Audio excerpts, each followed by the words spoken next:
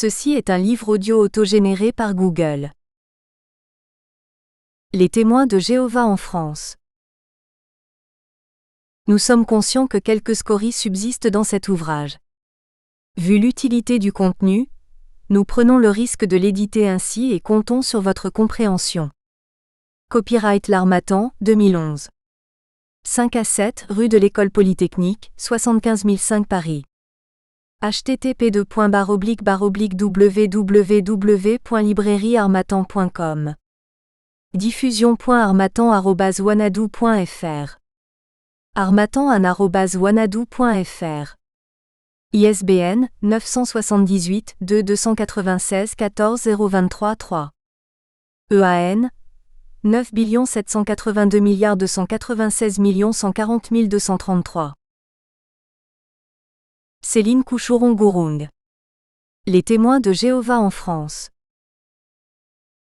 Sociologie d'une controverse. L'Harmattan. Religion et spiritualité.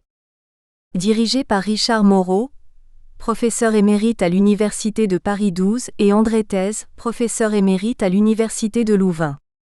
La collection Religions et spiritualité rassemble divers types d'ouvrages. Des études et des débats sur les grandes questions fondamentales qui se posent à l'homme, des biographies, des textes inédits ou des réimpressions de livres anciens ou méconnus. La collection est ouverte à toutes les grandes religions et au dialogue interreligieux. Dernière parution. Pierre Audebert, Théologie lucanienne. Quelques aperçus 2010. Pierre Egloff, La messe sur l'univers. Les nourritures du ciel et de la terre, 2010. Marie Lucien, 10 mètres de vie dans la Bible, 2010. Philippe Bessia, Le baptême et l'initiation chrétienne en Espagne du IIIe au VIIe siècle, 2010. Michel Gigant, Michel Lefort, Jean-Marie Peynard, José Ress et Claude Simon, La sortie de religion, est-ce une chance, 2010. Francis Lapierre, Saint-Luc en actes, 2010. Georges Bonneau, Analogie de l'Avent. Transcendance de l'extériorité et critique anthropologique, 2010. André Thèse, Dieu caché et réel voilé. L'une et l'autre alliance, 2010. Nguyen Dang Truc, Bouddha, un contemporain des anciens Grecs, 2010. Philibert et Dominique Sécrétane, Fait et raison. Page religieuse, 2010. Roger Benjamin, Nature et avenir du christianisme, 2009. Philippe Penaud, Le visage du Christ. Iconographie de la croix, 2009. Philippe Penaud, La personne du Christ. Le Dieu-homme, 2009. Je dédie cet ouvrage à tous les collègues, proches et amis qui m'ont soutenu durant la dernière ligne, presque droite de ma thèse, avec une pensée particulière pour Benoît Grison de l'Université d'Orléans. CC. Introduction. Le paysage religieux français s'est complètement transformé ces 30 dernières années. La France, comme la majorité des pays européens, voit en effet s'établir dans les années 70 un ensemble hétéroclite de groupes religieux en provenance des États-Unis. Ces nouveaux mouvements religieux, très différents les uns des autres et qui n'ont finalement en commun que de conquérir le territoire national au même moment, s'implantent alors que le catholicisme français, traditionnellement en situation de monopole, connaît une crise sans précédent et laisse un espace ouvert pour d'autres types de croyances. La France doit alors faire face à la demande de reconnaissance de ces mouvements, qui revendiquent les mêmes droits que les religions traditionnelles d'implantation plus ancienne. Alors que certains d'entre eux connaissent une intégration exemplaire, d'autres, souvent qualifiés de sectes, peinent à s'intégrer et souffrent d'une image très négative dans l'opinion. Symptôme d'un malaise plus profond de la société démocratique, la question des sectes en France révèle le décalage qui existe de fait aujourd'hui entre l'idéologie proclamée et la réalité des pratiques. La gestion publique du religieux illustre bien ce décalage car si la Constitution française garantit la neutralité de l'État en ce domaine, celui-ci ne cesse d'intervenir comme régulateur des pratiques religieuses. Il doit en effet garantir la liberté de croyance et encadrer l'exercice du culte en veillant à ce que l'ordre public et les droits fondamentaux des individus soient respectés. Mais si l'État ne reconnaît ni ne subventionne aucun culte, comment peut-il opérer une distinction entre les groupes qui demandent à bénéficier du statut d'association cultuelle ? Comment expliquer que certains connaissent une intégration exemplaire tandis que d'autres, comme c'est le cas des témoins de Jéhovah, n'y parviennent qu'au prix d'un long processus, lorsqu'ils y parviennent? Ni la date d'implantation du groupe, ni le nombre de ses fidèles ne semblent constituer un critère de distinction déterminant. Par contre, la nature controversée de certains mouvements en quête de reconnaissance pourrait constituer une piste pertinente. Comment expliquer alors la nature controversée d'un groupe? Comment naît et se développe une controverse liée à un groupe religieux dans une société démocratique comme la France? Le cas des témoins de Jéhovah est particulièrement intéressant. C'est en effet le seul groupe religieux controversé en France à avoir obtenu les avantages fiscaux accordés aux associations cultuelles. Ceci est d'autant plus surprenant que l'organisation jéhoviste est fréquemment épinglée par les pouvoirs publics français. Ceux-ci participent en effet très activement à la controverse qui entoure le groupe. Depuis le début des années 80, l'organisation des témoins de Jéhovah se trouve très fréquemment mêlée à des affaires de. Elle est régulièrement dénoncée dans les médias par d'autres acteurs, qu'il s'agisse de simples individus ou de collectifs civiquement constitués, et devient le centre d'une controverse, c'est-à-dire une accumulation d'affaires qui viennent se greffer sur une affaire initiale. L'emprunt des concepts développés par Luc Boltanski dans le cadre de sa sociologie de la critique nous permet d'analyser l'ensemble des actions développées au cours de la controverse par les différents acteurs, en utilisant les mêmes outils méthodologiques. Les théories et concepts utilisés dans le cadre de cette théorie peuvent être appliqués au terrain des controverses religieuses ou liées à la religion. Mais notre travail n'a pas pour objectif d'en démontrer la portée heuristique. Il s'agit plutôt ici d'expliciter les stratégies développées par les acteurs de la controverse. Les théories et concepts classiques de la sociologie des religions utilisés pour analyser les groupes chrétiens, comme la typologie élaborée par Max Weber puis Ernst Troch, ne nous permettent plus de rendre compte des spécificités des groupes religieux tels qu'ils se sont transformés ces 30 dernières années. Les chercheurs en sciences sociales des religions doivent donc élaborer de nouvelles méthodes et de nouveaux concepts pour en rendre compte. De nombreuses tentatives ont déjà été menées, et notre travail de ce point de vue ne constitue qu'une tentative parmi d'autres. La méthode élaborée par Luc Boltanski permet de saisir les compétences mises en œuvre par les groupes religieux en vue de leur intégration dans la société française. Son application à la controverse autour des témoins de Jéhovah en France pourrait ainsi favoriser la prise en compte de la totalité des acteurs, tout en évitant les oppositions classiques de la sociologie et la segmentation des outils méthodologiques. Le passage d'une sociologie critique à une sociologie de la critique nécessite également, selon Luc Boltanski, la modification du rapport traditionnel entre le chercheur et les acteurs qu'il étudie. Le sociologue doit en effet, d'après lui, reconstituer l'espace critique à l'intérieur duquel se noue et se joue l'affaire étudiée. Il doit enregistrer le rapport des acteurs, les suivre au plus près de leur travail interprétatif, prendre au sérieux leurs arguments et leurs preuves sans chercher à les réduire ou les disqualifier au profit d'une interprétation plus forte. 3. Le propos des acteurs doit ensuite être analysé en vue de sa clarification. La méthode de Luc Boltanski vise donc à expliciter les implications métaphysiques des actions et des argumentations des personnes ordinaires de notre société, en partant du principe que pour comprendre les actions des individus ou des groupes, il faut saisir les contraintes qu'ils ont dû prendre en considération dans la situation où ils se trouvaient, pour rendre leurs critiques ou leurs justifications acceptables par d'autres. Nous utiliserons donc cette méthode pour analyser les affaires liées à la controverse autour des témoins de Jéhovah en France, et nous nous intéresserons à tous les acteurs, y compris au pouvoir public et aux associations de victimes des sectes, souvent laissées de côté par les sociologues des religions. 4. Si l'on veut se donner les moyens de comprendre les stratégies développées par l'organisation des témoins de Jéhovah, il faut également étudier les actions menées par ses opposants. L'organisation jéhoviste est amenée à développer une véritable gestion de la controverse et à s'organiser en un collectif civiquement constitué, défenseur d'une cause et susceptible d'intervenir dans l'espace public.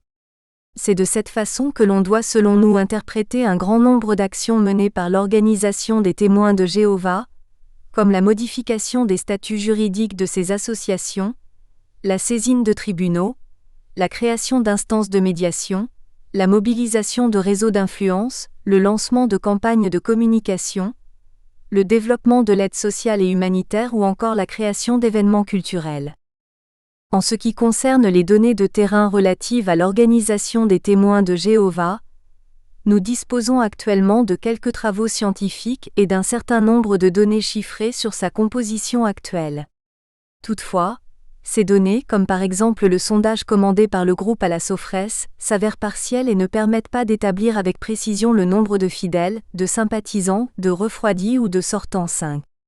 Il faut donc faire appel à des sources extérieures pour obtenir des informations complémentaires.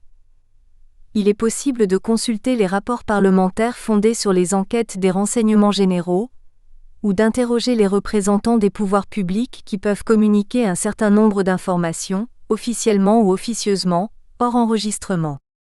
Les statistiques sur les effectifs ou les pratiques jéhovistes ainsi obtenues nous permettent d'avoir une idée plus précise de l'organisation, mais ne remplacent en aucun cas la recherche de données qualitatives, nécessaires à la compréhension des ressorts de la controverse. Une enquête de terrain auprès des témoins de Jéhovah s'est rapidement révélée nécessaire. Nous avons donc mené une 50aine d'heures d'entretien, formels et informels, avec différentes personnes, membres ou sympathisants de l'organisation jéhoviste, simples fidèles, anciens de congrégation, responsables du service de presse d'une grande assemblée d'été, Bétélite 6, surveillants de circonscription et enfin, membres du comité de filiale, président de la Fédération des témoins de Jéhovah de France. Notre travail sur le terrain a été facilité par l'aide d'une collègue témoin de Jéhovah, qui nous a ouvert les portes de l'organisation et nous a permis de comprendre de l'intérieur la vie d'un témoin de Jéhovah. Nous avons pu assister à ses côtés à plusieurs cérémonies religieuses. Assemblée de circonscription 2003 et 2004, Assemblée d'été de Villepinte 2003 et 2004, Cérémonie du mémorial de la mort du Christ 2003 et 2004. Nous avons également effectué plusieurs visites au Bethel de Louviers, 2 visites en 2003, accompagnés d'autres témoins de Jéhovah avec à chaque fois un déjeuner avec les Béthélites sur leur lieu de vie et des conversations informelles pendant le repas et après leur journée de travail. Le travail de recherche sur documents a également été facilité par le CD-ROM Watchtower Library 2001, offert par le service informatique du Bethel, lors de l'une de nos visites. Ce CD-ROM est une banque de données qui regroupe l'essentiel des publications de la Société de la Tour de Garde depuis les années 70 jusqu'en 2001. Nous avons également travaillé à partir d'autres documents, notamment des revues publiées entre 2001 et 2008, des tracts, livres de comptes, décisions de justice, etc. Pour comprendre la controverse autour des témoins de Jéhovah en France, il est également nécessaire de prendre d'autres sources en considération. Dans un entretien formalisé, le président de la Fédération chrétienne des témoins de Jéhovah de France nous fait remarquer qu'une controverse ne naît jamais sans individu qui la provoque. Selon lui, les associations de lutte contre les sectes d'obédience chrétienne seraient à l'origine de la controverse. Là encore, aucune donnée chiffrée sur les effectifs ou les pratiques des associations de victimes des sectes n'est accessible d'emblée. De même, il n'existe à ce jour aucune enquête sociologique réalisée sur ces associations 8. Il s'est donc avéré nécessaire de mener une enquête qualitative sur ce terrain et recueillir les propos des acteurs militants. Nous avons ainsi rencontré des militants engagés dans l'action d'une association de victimes des sectes, notamment Charline Delporte et Alain Bérou de l'Association de défense de la famille et des individus du Nord, Pas-de-Calais et Picardie 9, ADFI Nord, connus pour leur opposition à l'organisation des témoins de Jéhovah, et qui nous ont accordé beaucoup de temps en entretien formel et informel. Ils ont également mis à notre disposition un nombre important de documents. Nous avons ainsi eu la possibilité de suivre au jour le jour l'organisation et l'aboutissement d'une action visant à faire annuler un colloque organisé par une association proche de l'organisation des témoins de Jéhovah au Sénat. Cette collaboration fructueuse a été précédée d'une discussion un peu tendue sur les objectifs de ce travail. Les militants des associations de victimes se méfient des sociologues. Pourtant, ils nous ont peu à peu accordé leur confiance en raison de notre posture méthodologique, différente des travaux préalablement effectués sur la question des sectes et des associations de victimes. De ce point de vue, L'adaptation de la méthodologie élaborée par Luc Boltanski à la sociologie des religions s'est révélée comme un atout considérable. Le travail d'observation auprès des militants nous a permis de constater que si l'ADFI Nord correspond encore dans son organisation au modèle classique de l'association engagée dans l'espace public 10, celle-ci collabore également avec des militants indépendants, qui participent ponctuellement aux actions de l'association grâce à l'élaboration d'un réseau relié par Internet. Le web est en effet devenu l'un des lieux incontournables de la controverse autour des témoins de Jéhovah. L'utilisation de ce média comme objet d'étude dans les travaux en sciences sociales en France est très récente. Les travaux de Stefania Capone sur la religion des Orishas 11 et ceux d'Olivier Roy sur les réseaux islamiques 12 ont ouvert la voie aux sociologues des religions en montrant tout l'intérêt des enquêtes prenant Internet comme objet d'étude. Ainsi, comme le souligne Stefania Capone, l'utilisation des nouveaux moyens de communication est devenue un élément indispensable pour la compréhension de l'essor de ces phénomènes religieux dans le monde. Toutefois, l'observation des groupes religieux sur Internet ne dispense pas, selon elle, d'une bonne connaissance du terrain. Les enjeux méthodologiques liés à l'usage de ce média dans les travaux scientifiques obligent en effet le chercheur à faire preuve de prudence dans l'utilisation de ces données. Internet est un média particulièrement intéressant car il permet de relier très rapidement les différents militants indépendants victimes des sectes, éparpillés dans toute la France et constitués en réseau. Il facilite ainsi la mise en place d'actions ponctuelles et la mobilisation de ressources, notamment documentaires. Mais Internet révèle également l'existence d'acteurs désireux de s'engager individuellement dans la controverse. Il s'agit très souvent d'opposants aux témoins de Jéhovah, mais aussi de membres de l'organisation jéhoviste. Des groupes de pression à l'intérieur et à l'extérieur de l'organisation se constituent en effet sur le réseau mondial.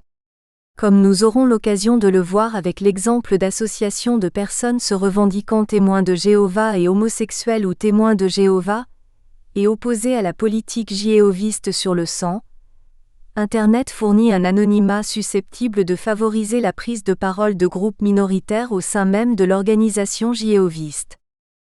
L'usage d'informations provenant du réseau mondial peut s'avérer particulièrement intéressant. Toutefois, il nécessite un grand nombre de précautions d'ordre méthodologique. Il est impossible de vérifier qu'un internaute est vraiment ce qu'il prétend être. Sans tomber dans la marmite d'Internet 13, il est possible d'en faire un usage prudent.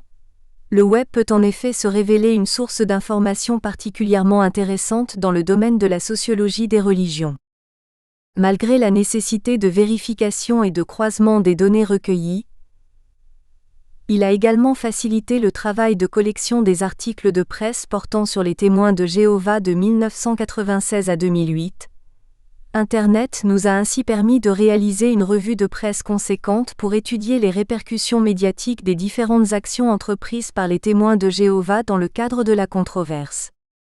Enfin, parallèlement à l'usage de ce média, il a été nécessaire de rencontrer un certain nombre de fonctionnaires spécialistes de la question des sectes afin de remonter aux sources du compromis, en mettant à jour les relations établies entre l'État et les témoins de Jéhovah pour rendre compte de la gestion publique du religieux à leur égard. Nous avons ainsi pu nous entretenir avec Anne Fournier et Marilyn Dedenier, respectivement chargées de la question de l'éducation et de la santé auprès de la mission interministérielle de lutte contre les sectes transformée en mission interministérielle de vigilance et de lutte contre les dérives sectaires, ainsi qu'avec Joël Goyennet et Maurice Blanc, animateur à la même époque de la cellule de prévention des phénomènes sectaires, CPPS, pour le ministère de l'Éducation nationale. Enfin, nous avons rencontré Vianney Sevestre, chef du bureau central des cultes du ministère de l'Intérieur en 2003. La participation au séminaire Secte et laïcité, organisé conjointement par la Mivilude et le ministère de la Recherche et l'avocat face aux dérives sectaires 14, nous a également permis de recueillir le témoignage d'un grand nombre d'acteurs de la controverse sur la question des sectes, qu'il s'agisse de parlementaires du groupe d'études sur les sectes de l'Assemblée nationale, de responsables d'associations de victimes reconnues d'utilité publique comme Union nationale des associations de défense de la famille et des individus, UNADFI, ou le Centre contre les manipulations mentales, CCMM, d'un diplomate chargé des affaires religieuses au Quai d'Orsay, etc. Enfin, nous nous sommes également entretenus avec des élus locaux ayant été confrontés à des affaires liées aux témoins de Jéhovah, comme Noël Caru, maire de Caudebec-les-Elbeuf ou René Buron, maire de Saint-Paul-de-Vence. Finalement, notre travail s'articule autour de 3 axes principaux. Dans un premier temps, nous nous intéresserons au contexte d'émergence de la controverse autour de l'organisation jéhoviste en France, ainsi qu'aux acteurs qui la composent. Témoins de Jéhovah, représentants des pouvoirs publics, militants des associations de victimes des sectes et plus largement de la mouvance 15 qui les entoure. Dans un second temps, nous procéderons à l'analyse des différentes stratégies développées par l'organisation jéhoviste dans le but de revendiquer des droits et de minimiser l'impact négatif de la controverse. Les témoins de Jéhovah sont en effet amenés à développer une véritable gestion de la controverse. Tout d'abord, ils modifient et modernisent leur statut. Leur objectif est alors de créer un collectif civiquement constitué, capable de revendiquer dans l'espace public ou d'agir en justice au nom d'une cause mobilisatrice, la défense de la liberté religieuse. Parallèlement, les témoins de Jéhovah tentent d'améliorer leur image, largement détériorée par les affaires liées à la controverse. Pour ce faire, ils développent depuis quelques années des stratégies de communication que nous analyserons à travers plusieurs exemples. Comme nous le verrons, d'autres moyens sont également utilisés pour minimiser l'impact de la controverse, notamment la création d'instances de médiation, comme les comités de liaison hospitaliers, chargés de prévenir les affaires liées au refus des transfusions sanguines. De la même manière, nous verrons que les témoins de Jéhovah mobilisent un grand nombre de ressources, et plus particulièrement des réseaux d'influence internes ou externes à l'organisation, pour gagner en renommée et revendiquer des droits. Mais si les témoins de Jéhovah sont amenés à développer de telles stratégies pour gérer l'impact de la controverse, leurs efforts sont également dirigés vers les pouvoirs publics. Un accord légitime pourrait contribuer durablement au règlement de la controverse et serait bénéfique pour les 2 parties.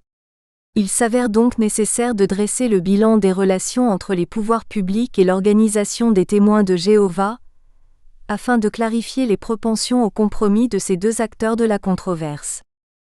Toutefois, le propre du compromis est d'être fragile.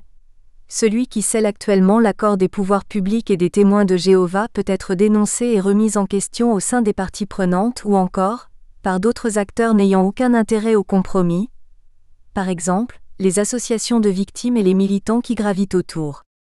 Il est donc intéressant d'étudier les conditions de possibilité d'un compromis durable entre les témoins de Jéhovah et les pouvoirs publics français, en tenant compte de l'évolution des formes d'engagement dans l'espace public et des profondes modifications qui affectent le militantisme, parallèlement à l'émergence des nouvelles technologies et l'importance accrue d'Internet. Finalement, nous nous intéresserons au bilan des stratégies développées par l'organisation jéhoviste afin de mieux saisir l'évolution de la controverse, et nous tenterons de dégager les principaux résultats obtenus par les témoins de Jéhovah après 30 ans de revendications.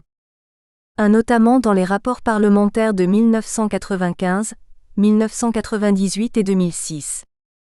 2. Pour Luc Boltanski qui s'intéresse à l'action collective, les affaires sont des processus d'enrôlement autour d'un cas problématique et litigieux dont la détermination et la décision sont liées aux manœuvres argumentaires et probatoires et aux efforts de mobilisation déployés dans chaque camp. L'amour et la justice comme compétence, Editions Métellier, Paris 1990. 3. Boltanski, L. Op. Cité. 4. Il ne s'agit pas ici de montrer que les victimes regroupées en association sont bien des victimes, pas plus qu'il ne s'agit de montrer que les témoins de Jéhovah constituent un groupe religieux. Considérer l'organisation des témoins de Jéhovah comme une organisation religieuse ou l'ADFI Nord comme une association de victimes signifie simplement que l'on prend en compte le discours des acteurs. La qualification des associations de victimes d'anti-secte, ou la qualification des témoins de Jéhovah de secte, constituerait par contre une prise de position, dans la mesure où cette expression est employée à dessein par leurs adversaires. 5.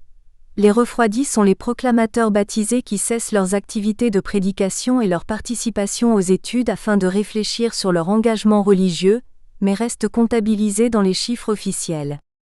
Les sortants sont les fidèles qui quittent l'organisation de leur propre chef ou à la suite d'une exclusion.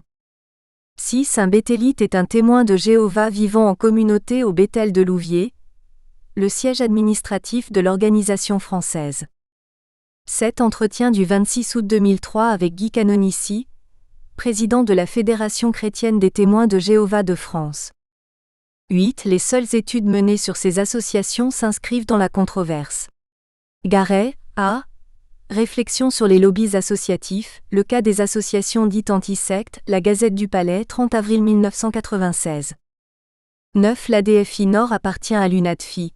Elle est chargée, pour la Fédération, des régions Nord, Pas-de-Calais et Picardie. Son siège social se trouve à Lille. Edition, J. La fin des militants, les Editions de l'Atelier 1997. 11. Capone, S. Les dieux sur Internet. L'essor des religions d'origine africaine aux États-Unis, L'Homme numéro 151, 1999. 12. Roy, O. L'islam mondialisé. Seuil, Paris 2004. 13. Volton, D. Internet, Petit manuel de survie Flammarion, Paris 2000. 14. Organisé par l'Ordre national du barreau et la Mivilude. 15. Termes empruntés à Gillon, dans son ouvrage La fin des militants, les Editions de l'Atelier 1997. Première partie, les coulisses de la controverse. 1. La scène française. La gestion démocratique de la religion en France est le fruit d'un long processus historique qui commence sous l'Ancien Régime et aboutit à la séparation de la religion et du politique concrétisée par la loi de 1905. L'émergence de la pensée des Lumières est l'un des signes extérieurs les plus significatifs du virage fondamental qui conduit les sociétés de l'Europe occidentale vers la modernité 16, dont la démocratie est la forme politique par excellence. Le séisme, provoqué par la révolution scientifique du XVIIe siècle, conduit l'homme à penser par lui-même et l'amène dans le même mouvement à réinterroger les conceptions classiques de la philosophie et la place à accorder à la religion. De la critique de la religion des Lumières à la gestion démocratique du religieux. Les importantes découvertes du XVIIe siècle ont promu la méthode expérimentale, fondée sur les sens et l'observation, et laissé entrevoir la possibilité pour les hommes de produire des connaissances vraies et certaines grâce au seul usage de la raison. Celle qui, pour les penseurs de la métaphysique classique, devait toujours se rapporter à un principe fondamental pour garantir ses connaissances, accède avec les penseurs des Lumières à une véritable autonomie. Grâce à la découverte de la raison comme pouvoir de connaissance autonome, l'homme est désormais considéré comme capable de prendre sa vie en main en établissant lui-même les règles devant guider sa conduite. L'homme moderne n'est donc plus un ciron dans l'univers, perdu entre deux infinis. Il n'est plus cette créature qui n'est ni ange ni bête et qui sans Dieu ne peut trouver de place dans le monde 17. L'homme moderne est un animal raisonnable. Il fait partie de la nature dans laquelle il est désormais à sa place. Cette découverte l'amène à reconsidérer son rapport à Dieu et à la religion.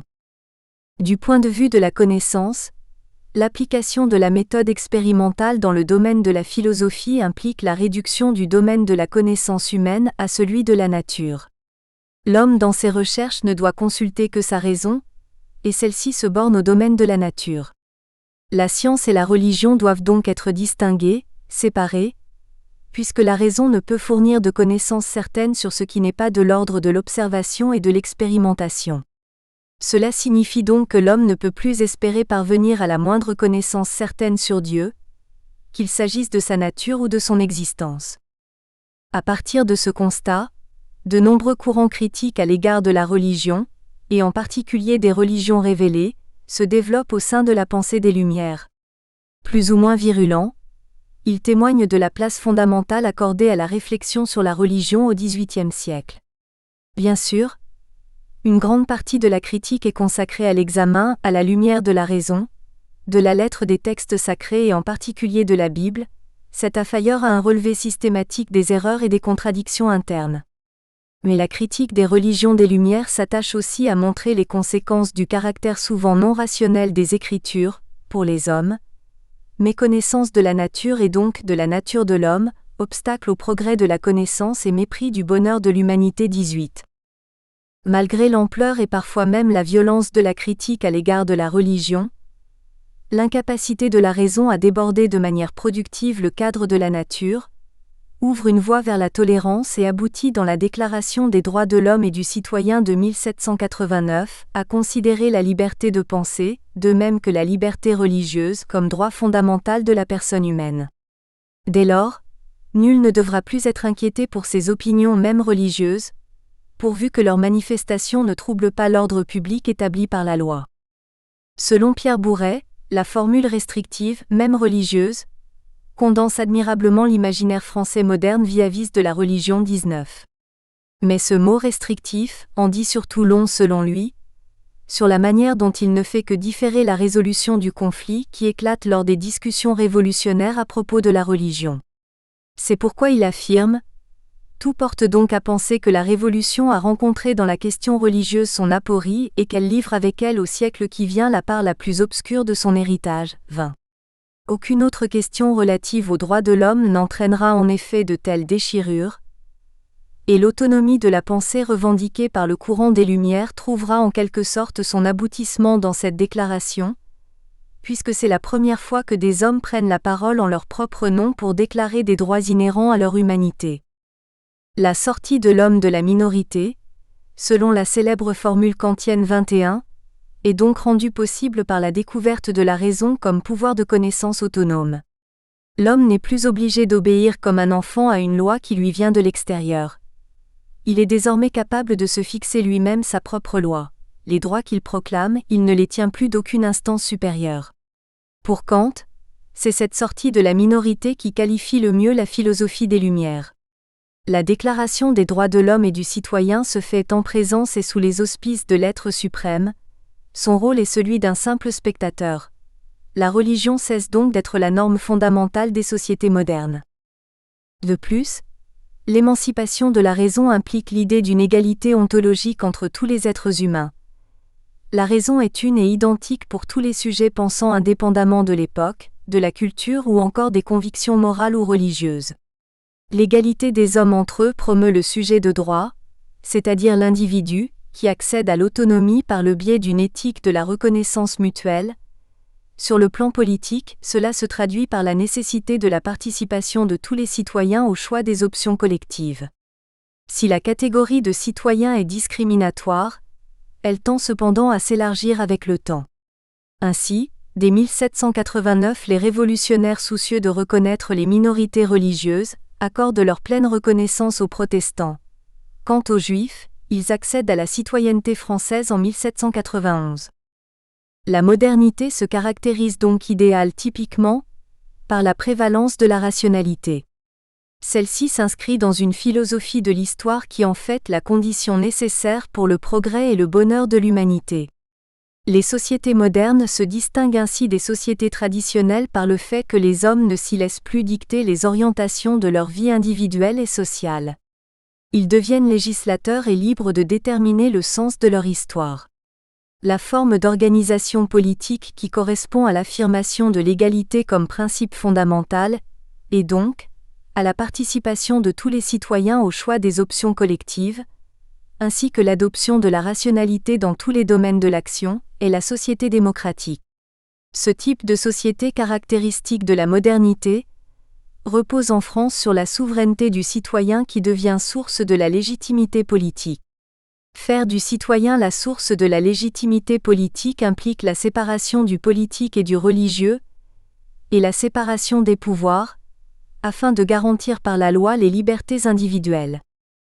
Cependant, l'autonomisation du politique par rapport au religieux n'est pas spécifiquement liée à l'avènement de la démocratie. L'émergence de l'État en France, du fait des guerres de religion, constitue une véritable révolution politique qui coïncide avec la révolution scientifique du XVIIe siècle et marque le prolongement de la révolution religieuse du XVIe siècle. L'étape décisive de cette révolution politique n'est pas le moment révolutionnaire, mais celui de la subordination absolutiste où l'État qui exerce un pouvoir de droit divin, se voit par là même conférer une légitimité religieuse, qui lui permet dans un objectif de pacification, de se délier de l'adhésion confessionnelle et de se subordonner les églises 22. Cette autonomisation du politique en France, théorisée par les philosophes du droit naturel, se voit donc réalisée sous la forme d'une subordination. Les penseurs des Lumières au XVIIIe siècle reprennent le flambeau pour exiger l'indépendance totale du politique et l'éviction du religieux hors de la gestion de la chose publique, ou de façon plus radicale l'éradication pure et simple de la religion. Ainsi, le thème de la complicité des princes avec les ministres de la divinité 23 devient l'un des thèmes majeurs de la critique des religions au siècle des Lumières.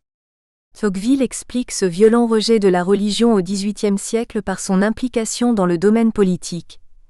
La religion est critiquée en tant qu'Église, c'est-à-dire en tant qu'institution de l'Ancien Régime. Comme il n'existait plus d'institutions libres, par conséquent plus de classe politique, et qu'en l'absence de toutes ces forces régulières la direction de l'opinion publique, échue uniquement à des philosophes, ont dû s'attendre à voir la Révolution conduite moins en vue de certains faits particuliers que des apostrophes, après des principes abstraits et des théories très générales. On put augurer qu'au lieu d'attaquer séparément les mauvaises lois on s'en prendrait à toutes les lois, et qu'on voudrait substituer à l'ancienne Constitution de la France un système de gouvernement tout nouveau que ces écrivains avaient conçu. L'Église se trouvant naturellement mêlée à toutes les vieilles institutions qu'il s'agissait de détruire, on ne pouvait douter que cette révolution ne dût ébranler la religion en même temps qu'elle renverserait le pouvoir. 24.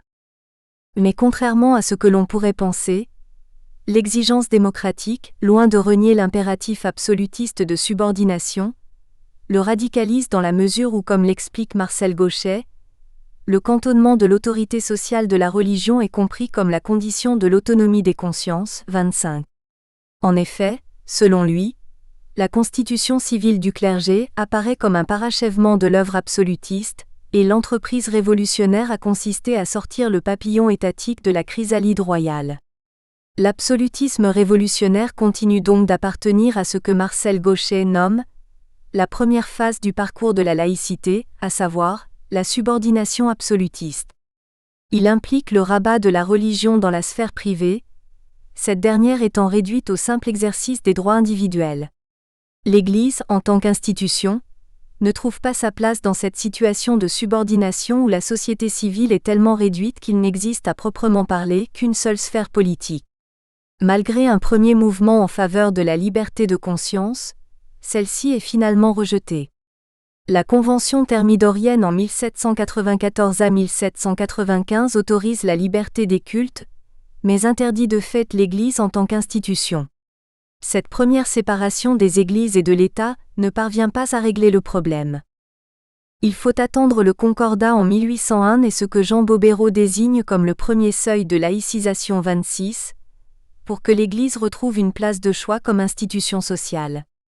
Pour Pierre Bourret, l'héritage duel de l'absolutisme monarchique puis révolutionnaire, qui ne peut concevoir la religion que soumise à l'État, et d'une tradition catholique, qui ne s'imagine pour sa part d'autre rôle que celui d'une autorité sociale exerçant son magistère dans la vie publique, rendra particulièrement lent et douloureux en France l'avènement d'une société libérale, qui requiert la dissociation des sphères publiques et civiles, dans un mouvement supposant à son tour le glissement des apostrophes, une relation verticale de subordination du religieux au politique, vers une séparation horizontale de l'Église et de l'État. 27.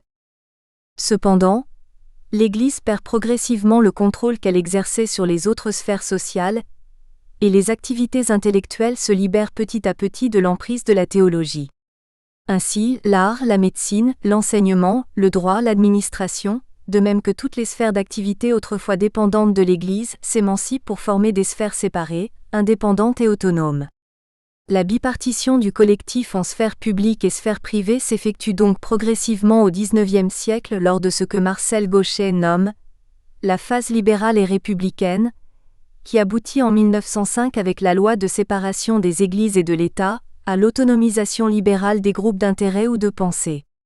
La République a en effet permis à la société civile de se constituer dans le temps indépendamment de l'État, avec d'un côté la sphère publique, qui est le lieu de la transcendance par la citoyenneté des spécificités de l'homme concret, et de l'autre, une sphère privée indépendante, ce qui nécessite préalablement selon Marcel Gauchet, la reconnaissance institutionnelle, ô combien difficile, de la pluralité sociale de la société civile au-delà de sa diversité individuelle. 28.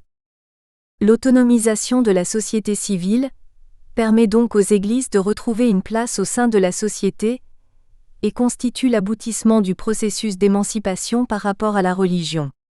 Le problème, qui était d'englober la religion, les religions sans les violenter, depuis un plan qui leur soit supérieur, tout en étant ultimement acceptable par elles, 29, trouve une solution avec la loi de séparation de 1905.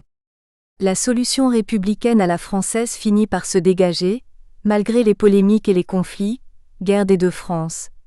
Elle se caractérise par la séparation non seulement des églises et de l'État, mais plus fondamentalement, de la religion et de l'État, ce qui n'est pas par exemple le cas aux États-Unis malgré la séparation 30. La gestion démocratique du religieux en France, qui se définit par l'affirmation de la laïcité comme principe régulateur, peut être comprise comme l'articulation de la liberté de pensée à la liberté de conscience 31, c'est-à-dire d'une part comme l'indépendance de l'État vis-à-vis des religions et d'autre part comme l'expression juridique de la liberté de l'acte de foi. En effet, d'après Jean Bobéro pour qui liberté de conscience et liberté de pensée sont deux idéotypes, la laïcité, malgré les polémiques et les conflits qu'elle a rencontrés, a eu le souci de la liberté de conscience.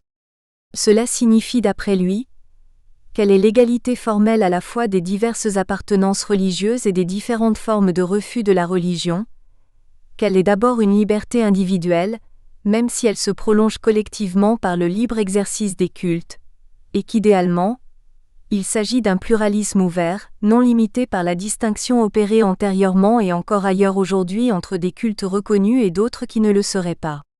La laïcité française est également marquée, selon lui, par la liberté de penser, c'est-à-dire la lutte contre des formes religieuses considérées comme dominatrices, autoritaires, intolérantes.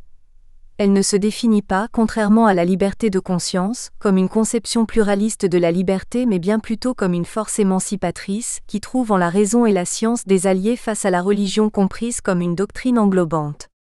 D'où le glissement possible vers une laïcité de combat, avec laquelle, selon Pierre Bourret, la question n'est plus tant de reloger les croyances dans le fort intérieur en réaménageant l'espace social à cette fin, que d'arracher les consciences à l'influence de représentations jugées radicalement contradictoires avec la raison et l'autonomie 32. Il existe donc une tension entre ces deux types, dont l'articulation constitue la définition de la laïcité formulée par Jean Bobéro. La solution retenue par la République peut être définie comme il le fait par la notion sociologique de pacte laïque, c'est-à-dire comme un accord progressif conjuguant liberté de pensée et liberté de conscience. Ainsi, Jaurès affirme qu'il ne faut pas obliger autoritairement l'Église catholique à abandonner dans ses structures ce qui va contre la liberté de pensée, l'aspect hiérarchique et dogmatique. Il faut compter avec une évolution interne où cette Église s'acclimatera progressivement à la laïcité, comprenant de mieux en mieux que la laïcité ne va pas à l'encontre de la liberté de conscience. 33. Avec l'établissement de la laïcité grâce aux lois de 1882, fondation de l'école laïque, et 1905, séparation des églises et de l'État, le politique est séparé de la religion pour permettre le plus grand pluralisme possible. La loi de séparation de 1905 fixe un cadre intérieur à l'exercice de la religion dont le mode normal devient le culte. Elle met fin au système des cultes reconnus 34, et définit le rôle de l'État comme étant de protéger les cultes et de les empêcher de représenter un danger pour la société. La République assure la liberté de conscience. Elle garantit le libre exercice des cultes, sous les seules restrictions édictées ci-après dans l'intérêt de l'ordre public. 35. Les restrictions évoquées concernent le respect de l'ordre public. La loi de 1905 garantit donc des droits. En échange, elle se prémunit des troubles à l'ordre public. L'idée de la séparation du religieux et du politique s'est donc peu à peu imposée aux individus, depuis la loi de 1905. En laissant aux citoyens la possibilité d'être croyants, la République française a gagné, en ralliant de nombreux catholiques puis le catholicisme officiel. Le compromis laïque a été peu à peu intériorisé, jusqu'à ce qu'il soit subitement remis en question. La remise en cause du pacte laïque. En gagnant son combat contre la religion, la politique perd en effet l'ennemi contre lequel elle s'est définie. Elle perd en même temps toute légitimité, son projet ne fait plus sens. On assiste donc dans les années 70 à ce que Marcel Gauchet nomme le collapsus des lumières militantes au milieu des lumières triomphantes. La politique, qui ne peut plus se présenter comme projet d'autonomie, cesse en effet de se présenter du même coup comme une réponse possible au sens de l'existence à l'échelle collective.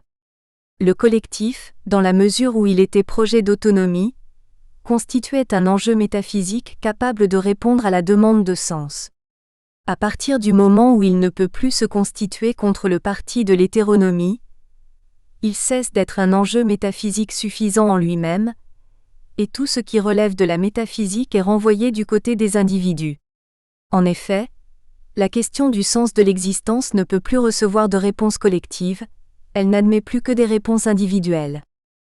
Mais si la politique démocratique ne peut plus fournir de sens à l'action collective, celui-ci lui est pourtant nécessaire pour légitimer son autorité. Il est également nécessaire à la collectivité qui a besoin de savoir où elle va afin de faire des choix. La politique cherche donc ailleurs ce qu'elle ne peut plus fournir et qui lui est nécessaire. Elle convoque dans l'espace public des doctrines capables de fournir un sens à l'échelle collective. Les religions constituent une métaphysique, parmi d'autres possibles, capable de fournir un sens à l'existence individuelle et collective. Suite au collapsus évoqué par Marcel Gauchet, elles sont ainsi appelées dans l'espace public pour répondre à la demande de sens. Il en est également de même pour la demande sociale et notamment pour les problèmes de précarité ou de malheur, comme l'affirme Bruno Durier. L'État se sent mal armé pour répondre à ces demandes sociales et passe alors convention avec des groupements qui sont également conduits à manifester dans la sphère publique et à revendiquer des transformations institutionnelles et juridiques. 36. Cette incapacité de l'État en matière de sens et de demande sociale se traduit par le réinvestissement progressif de l'espace public par des groupes religieux, qu'il s'agisse d'événements publics comme les Journées mondiales de la jeunesse ou de façon moins spectaculaire de la présence et de l'action de groupements mêlant visées religieuses et buts sociaux. 37. Ce processus de convocation des religions dans l'espace public n'est pas sans conséquence pour le croire religieux.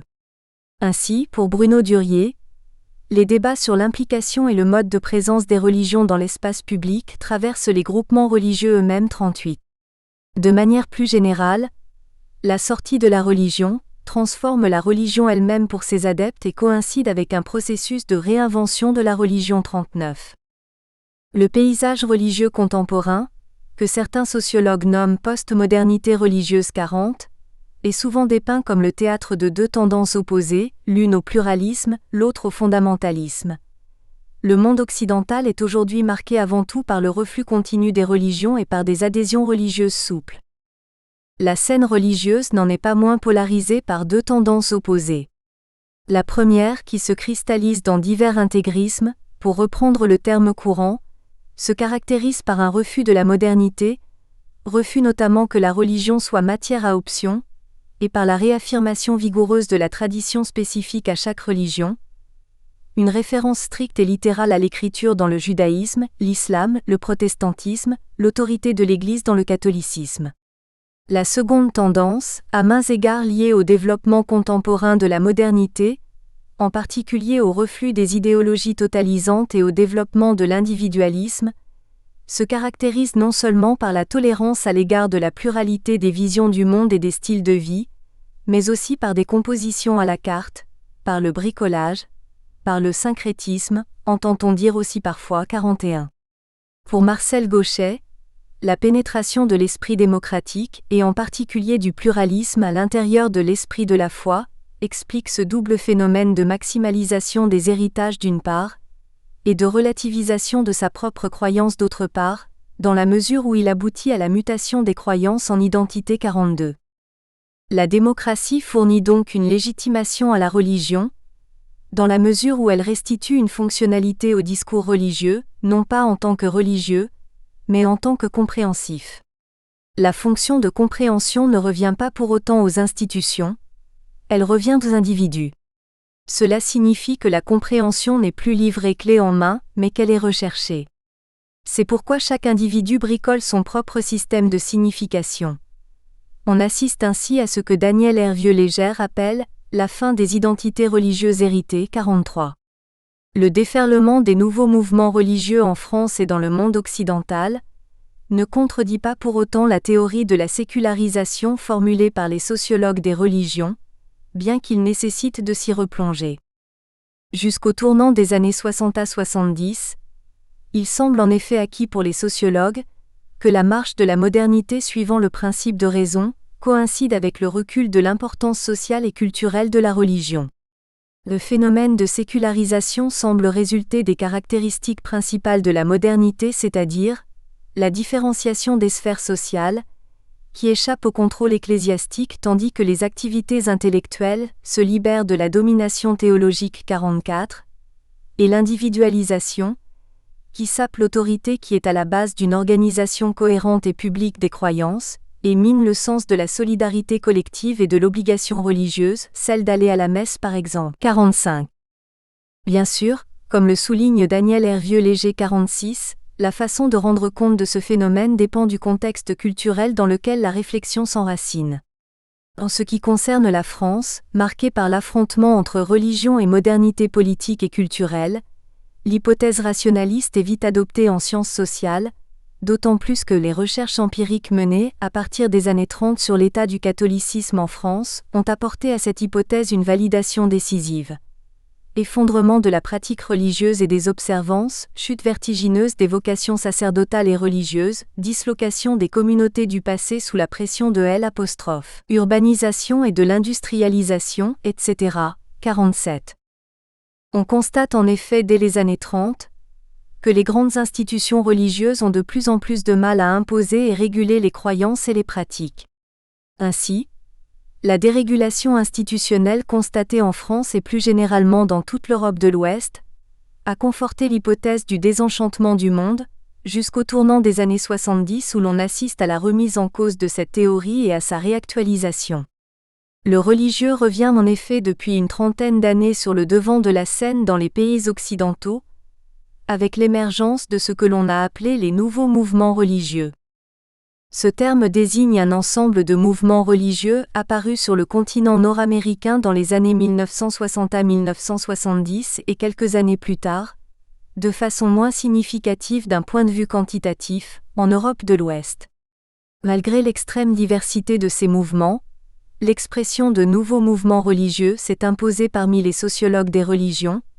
Il désigne aussi bien les groupes réellement nouveaux, néo-chrétiens, judéo-chrétiens d'inspiration orientale, que le développement en Occident des religions orientales classiques, les différentes formes de l'hindouisme, du bouddhisme, ou encore ce qui fut peut-être le cas le plus fréquent, celui de groupes nés 10 ou 15 ans plus tôt mais restés jusqu'à la fin des années 1960 quantitativement insignifiants. Les meilleurs exemples sont l'Église de l'unification du révérend Moon, Association pour l'unification du christianisme mondial, et l'Église de Scientologie.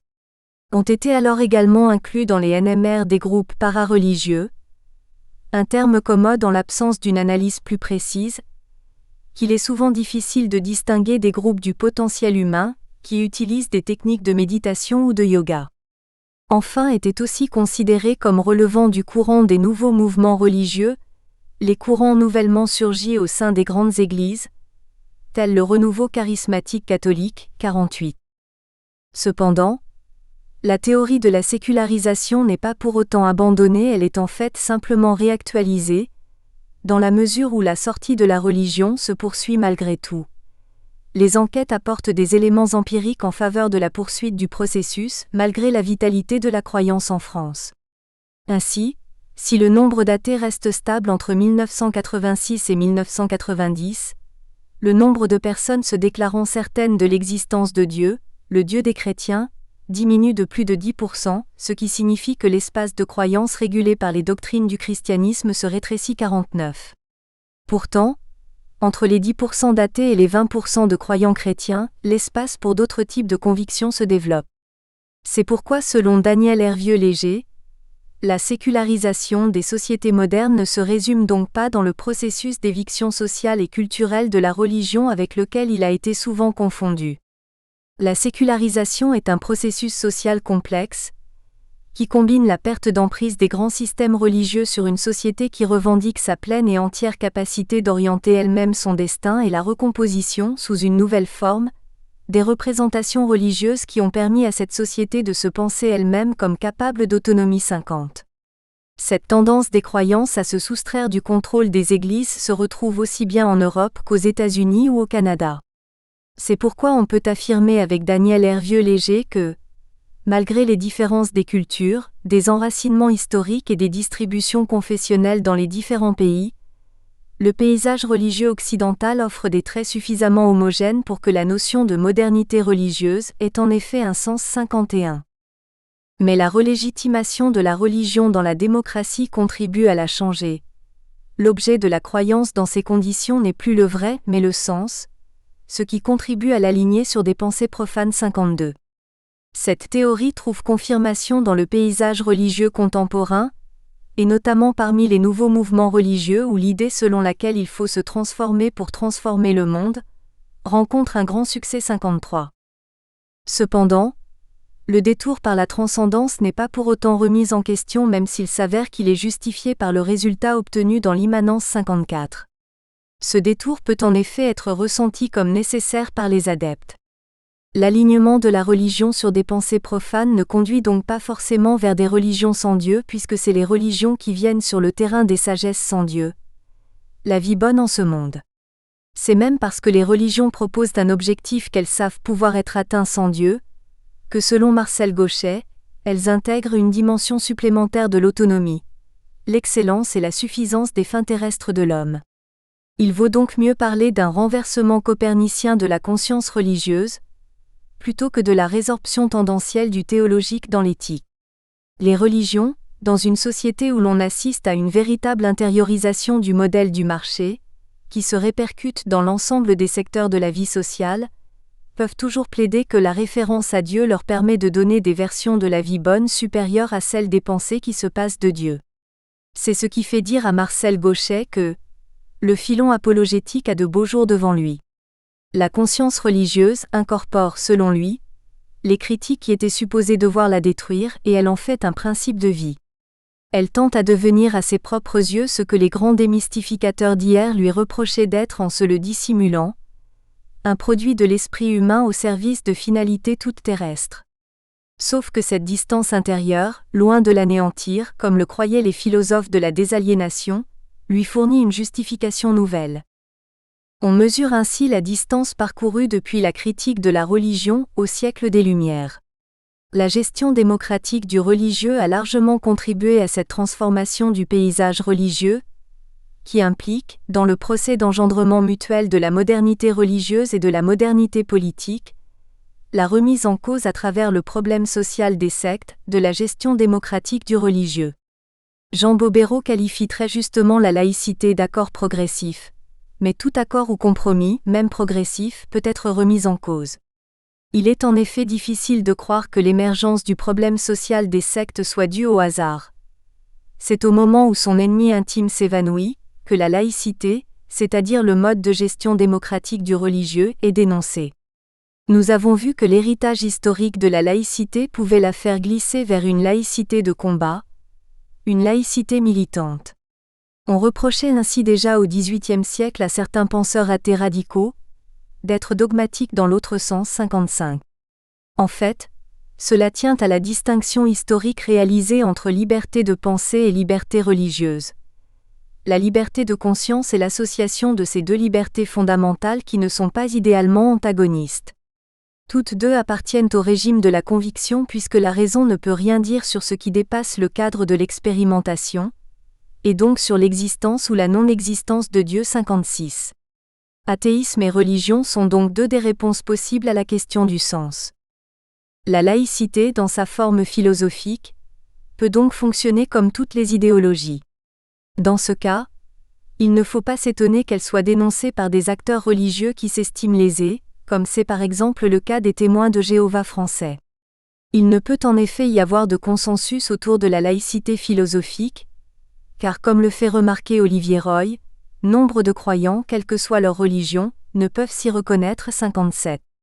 Ainsi, plutôt que de combattre un discours idéologique, un discours religieux, par un autre discours idéologique, un discours laïque militant, il vaut mieux selon lui, s'abstenir de tenir un discours idéologique. Pour Olivier Roy, la laïcité est un corps de loi avant d'être un système de pensée, car si un consensus peut être trouvé, ce n'est pas sur les valeurs, mais sur le respect d'une règle du jeu, dans la mesure où elle est ratifiée par la volonté populaire.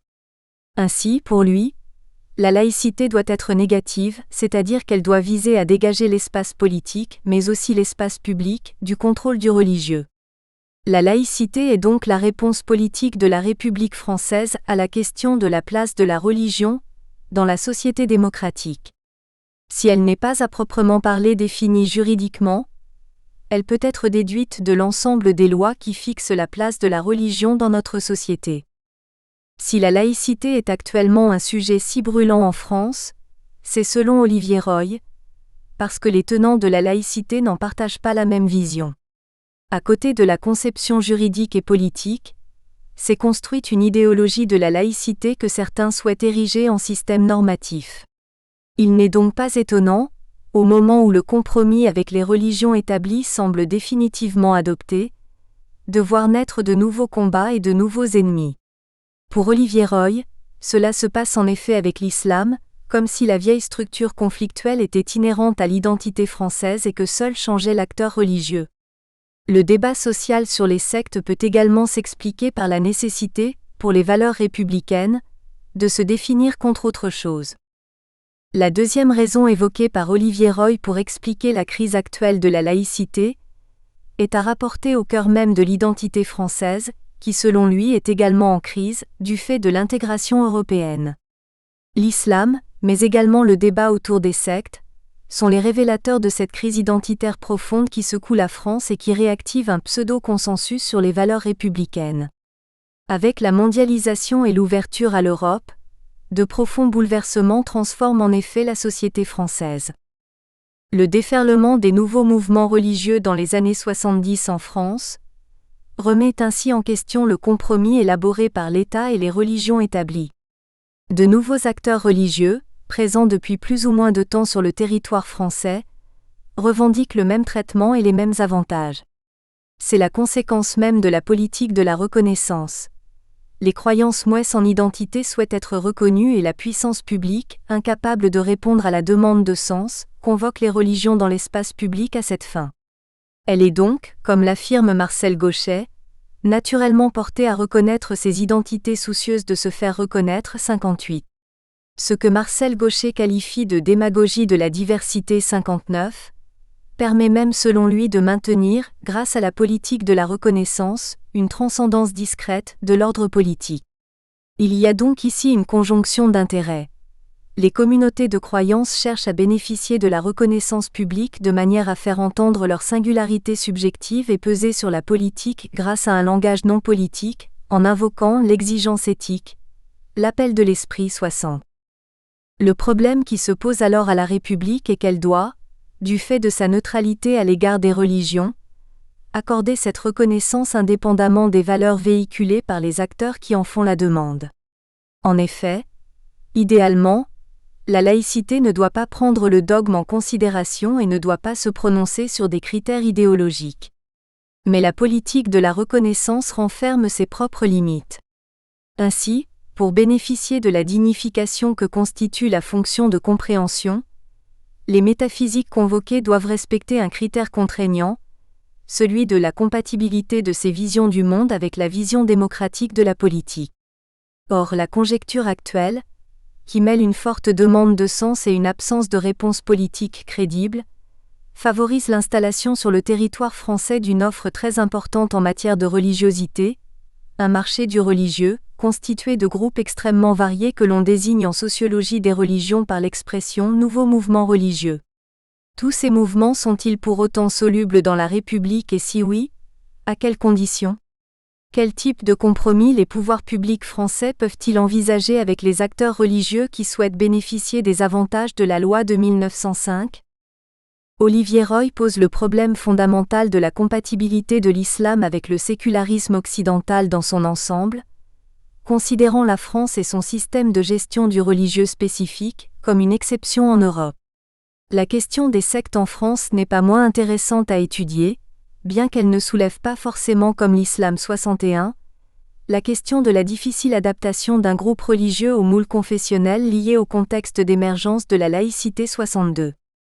L'exemple de la difficile intégration juridique des témoins de Jéhovah montre bien que le cadre institutionnel d'un groupe ne constitue pas le seul facteur à prendre en considération si l'on veut comprendre ce qui est en jeu. De même, son poids démographique, s'il constitue un indice important, est loin d'épuiser la question. D'autres facteurs entrent en ligne de compte et notamment les valeurs véhiculées par le groupe, lorsqu'elles ne s'accordent pas avec l'esprit de la démocratie. Le débat social sur la question des sectes en France. Si le bouddhisme tibétain d'implantation récente sur le territoire français 63 réussit une intégration exemplaire, les témoins de Jéhovah, dont l'avènement en France remonte au début du siècle, obtiennent tout juste au prix d'efforts considérables les avantages conférés par la loi de 1905 aux associations religieuses. Qu'est-ce qui, parmi les critères distinctifs de ces deux groupes, permet d'expliquer cette différence de traitement ? Le débat social sur la question des sectes en France n'est pas neutre. Il est le symptôme d'une crise plus profonde de la société française confrontée à la mondialisation et à son intégration au sein de l'Europe, qui cherche à se rassembler autour des valeurs mythiques de la République, dont la laïcité fait partie. De nombreux sociologues se sont déjà penchés sur cette question 64, mais certains faits méritent tout de même d'être rappelés. L'opinion publique internationale découvre la dangerosité de certains mouvements religieux nouvellement implantés aux États-Unis et en Europe de l'Ouest, avec les affaires de Waco, Davidien, de Tokyo, la secte Aum, ou encore les affaires liées à l'ordre du Temple solaire en Suisse et en France. Les attentats, meurtres et suicides collectifs dont il est question dans ces affaires sont largement médiatisés, ce qui contribue à former l'image empreinte de dangerosité de la secte 65 et à créer un fort consensus social contre les sectes. Des associations de victimes commencent à se constituer, alors que débarquent les nouveaux mouvements religieux. En France, ces associations, qui visent à aider les victimes et prévenir le danger de certains mouvements en alertant l'opinion publique, apparaissent dans les années 70. La pression de plus en plus forte de l'opinion publique conduit peu à peu les autorités politiques françaises à prendre un certain nombre de mesures pour répondre à l'inquiétude des citoyens. La rédaction et la publication de différents rapports sur le sujet, ainsi que la création d'une mission interministérielle, sont des exemples de réponses imaginées par la puissance publique pour satisfaire aux exigences de l'opinion. D'autres mesures suivront, comme nous aurons l'occasion de le voir de manière détaillée dans le prochain chapitre de ce travail. L'idée d'une législation spécifique est très tôt envisagée, mais elle pose problème au regard du droit français et de la Déclaration des droits de l'homme et du citoyen, ainsi qu'au niveau européen avec la Convention européenne des droits de l'homme. Ainsi, tout en recommandant aux États membres l'adoption de mesures concrètes vis-à-vis des sectes, l'Assemblée parlementaire du Conseil de l'Europe estime que la liberté de conscience et de religion garantie par l'article 9 de la Convention européenne des droits de l'homme rend inopportun le recours à une législation majeure pour les sectes, qui risquerait de porter atteinte aux droits fondamentaux et aux religions traditionnelles. 66. Toutefois, le consensus contre les sectes est très fort en France et dans une période de crise de la laïcité, les pouvoirs publics finissent par adopter une loi visant à prévenir et punir les dérives sectaires, loi dite About Picard. Certains chercheurs expliquent l'inquiétude qui accompagne le phénomène sectaire par le manque actuel de culture religieuse des Français. L'illettrisme religieux contemporain a fait oublier la dimension prophétique, contestataire, inhérente à la tradition religieuse occidentale judéo-chrétienne. Il conduit aussi à oublier le fait qu'une religion puisse avoir une forte emprise sur la vie de ses fidèles. 67. Jean-Paul Willem de son côté, rappelle qu'il faut distinguer l'individualisation du religieux de sa privatisation. 68. Ainsi, si nous sommes habitués à un religieux privatisé et cantonné à l'intimité de la conscience, il ne faut pas pour autant oublier le caractère englobant de la plupart des religions, et le fait qu'elles prétendent concerner toutes les dimensions de l'existence. En effet, avec l'émergence des nouveaux mouvements religieux dans les années 70, on redécouvre en France à travers la question des sectes, les problèmes que posent deux dimensions classiques du religieux. L'intransigeantisme et l'intégralisme, c'est-à-dire le refus de transiger au nom de ces normes religieuses, et le fait d'avoir une conception de l'homme et du monde entièrement organisée autour d'une vision religieuse qui dès lors concerne tous les domaines de l'existence. Le problème des sectes pourrait donc en quelque sorte s'expliquer par cet oubli de la nature du religieux, dans une société sortie de la religion, où jusqu'au déferlement des nouveaux mouvements religieux, celui-ci était devenu socialement inoffensif. Outre cet argument, le fort consensus social contre les sectes en France peut s'expliquer par la valorisation de l'autonomie dans la société française moderne. Nous avons vu que la conquête de l'autonomie depuis le XVIIIe siècle s'est cristallisée dans la lutte entre raison et religion. Acquise en France au prix d'une révolution sanglante, l'autonomie politique s'y révèle être un bien précieux, une valeur arrachée à la religion au terme d'un conflit très important. Le retour du religieux sur la scène publique à travers la question des sectes ne peut, dans un pays où l'autonomie a triomphé et est devenue la norme de la société démocratique, être interprété autrement que comme le retour de l'irraisonné, de l'hétéronomie. Pour Françoise Champion, il convient d'effectuer une distinction entre indépendance et autonomie si l'on veut parvenir à saisir ce qui se joue pour l'adepte d'une secte 69. L'indépendance a en effet pour horizon la négation de toute autorité supérieure à celle de l'individu. Dans le cas de la mystique ésotérique, cela se traduit par exemple par le refus des dogmes. L'autonomie par contre, est définie comme l'affirmation de la volonté et de la capacité de l'homme, sujet individuel ou collectif, de se rendre auteur de ses propres lois, grâce à sa raison, son jugement, sa conscience éthique, son esprit critique. Celle-ci, loin de l'autosuffisance, ne peut exister sans échange, discussion, confrontation des opinions, c'est-à-dire sans le déploiement d'un espace public. Pour Françoise Champion, le mystique ésotériste voit son autonomie limitée puisque comme dans toute option religieuse, le monde humain, et notamment celui des valeurs, n'est pas selon lui, entièrement créé par l'homme. De plus, et contrairement aux religions fondées sur la foi, il expérimente des propositions plutôt qu'il ne reçoit des vérités. Ainsi, alors que la modernité humaniste positiviste fonde l'autonomie de l'homme sur sa raison, le mystique ésotériste privilégie le sujet des affects et du corps et de l'imaginaire. C'est parce qu'il cherche des réponses aux impasses, aux échecs, aux retournements en leur contraire, des anciennes conceptions humanistes positivistes de l'autonomie, que l'on peut voir dans leur démarche active, une certaine visée d'autonomie. Cependant, celle-ci disparaît rapidement, non pas parce qu'elle réactive des conceptions mettant en jeu de l'extra-humain, mais parce qu'elle s'enlise dans le conformisme et la crédulité.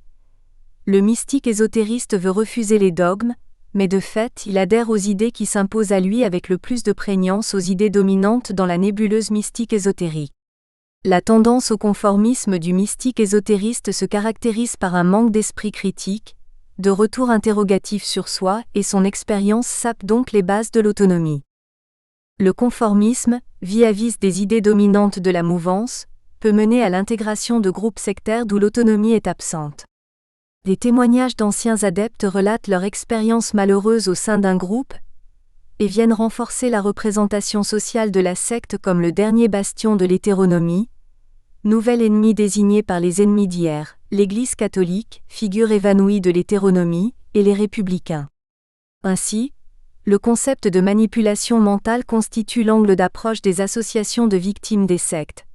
Si l'adhésion à une secte est l'expression d'une liberté, celle-ci peut disparaître et l'adepte peut être pris dans une logique violente, au moins symboliquement, qui peut mener à la privation de ses droits fondamentaux. D'anciens adeptes relatent en effet les violences morales et physiques qu'ils ont subies, pression, privation et torture 70. Quoi qu'il en soit, dans un pays attaché à la liberté de penser et où les institutions religieuses ne sont plus en mesure de réguler l'ensemble des croyances et pratiques religieuses, tout comportement religieux intensif est suspect et non conforme à la représentation courante du religieux, ainsi qu'à la valorisation sociale de l'autonomie. Pour mieux comprendre l'ampleur du débat social français sur la question des sectes, il convient d'étudier le contexte social d'autres pays en Europe et dans le monde, ainsi que leur traitement politique de la question. Aux États-Unis, le mouvement de victimes des sectes est en effet marginalisé, il ne rencontre pas comme en France une large majorité sociale. Pourtant, les phénomènes sectaires y ont toujours été massivement présents, contrairement à la France qui est l'un des pays occidentaux les moins touchés par le phénomène. Comment expliquer que ces deux sociétés démocratiques connaissent des situations aussi différentes ? Au-delà de l'opposition typique entre d'un côté, la France, caractérisée par une situation de monopole d'une institution hiérarchique, l'Église romaine, et de l'autre, les États-Unis caractérisés par une constellation de communautés égales. Nous espérons que vous avez apprécié cet aperçu. Pour continuer à écouter ce livre audio sur Google Play Livres, utilisez le lien dans la description de la vidéo.